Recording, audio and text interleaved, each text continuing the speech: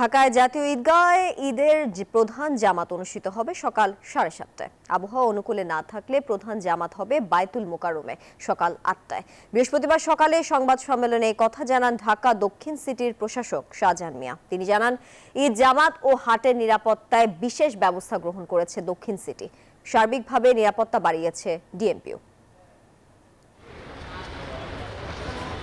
একদিন পরেই কুরবানির ঈদ। ঈদের প্রধান জামাতের জন্য জাতীয় ঈদগাহে শেষ মুহূর্তের প্রস্তুতি চলছে। রাষ্ট্রের গুরুত্বপূর্ণ ব্যক্তিদের সর্বোচ্চ নিরাপত্তা দিতে বিভিন্ন ধরনের কার্যক্রম চালাচ্ছে আইন শৃঙ্খলা রক্ষাকারী বাহিনী। ঈদ জামাত নিয়ে বৃহস্পতিবার সকালে ঈদগাহে ব্রিফিং করেন ঢাকা দক্ষিণ সিটি কর্পোরেশনের প্রশাসক শাহজাহান মিয়া।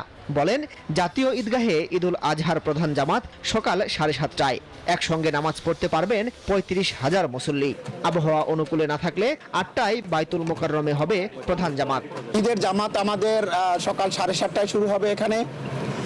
আর যদি আবহাওয়া এমনই খারাপ হয় যে এখানে কোনো রকমই নামাজ আদায় করা সম্ভব হচ্ছে না, তাহলে সেক্ষেত্রে আমাদের বিকল্প হিসেবে বায়তুল মোকাররম সকাল 8টায় সেখানে আমাদের ঈদের জামাত অনুষ্ঠিত হবে। কথা বলেন পশুরহাট, ঈদগাহ ময়দান সহ দক্ষিণ ঢাকার নিরাপত্তা ব্যবস্থা নিয়েও। আমাদের ঢাকা দক্ষিণ সিটি কর্পোরেশনে মোট 8টি গরুর হাট এবং সেগুলো ব্যবস্থাপনার জন্য আমরা যথেষ্ট ব্যবস্থা নিয়েছি এবং সেখানে কোনো রকম যদি অপরাধ সংগঠিত হয় তার জন্য আমাদের প্রয়োজনীয় সংখ্যক মোবাইল কোর্ট আছে, তারা সেখানে সবসময় উপস্থিত থাকবে। ফাঁকা ঢাকা ও ঈদ জামাতের নিরাপত্তায় তৎপর ঢাকা মেট্রোপলিটন পুলিশও। বাইরে ফাঁকা রাজধানীতে যেন কোনো অপরাধ না ঘটে সেই জন্য আমরা পাড়া মহল্লা থেকে শুরু করে বিভিন্ন বিপণী বিতান এবং বাণিজ্যিক এলাকাগুলোতে আমাদের বিশেষ নজরদারি থাকবে। জামাতে নিরাপত্তার জন্য হুমকি এমন বস্তু না আনার ক্ষেত্রে সবার সহযোগিতার আহ্বান তাদের।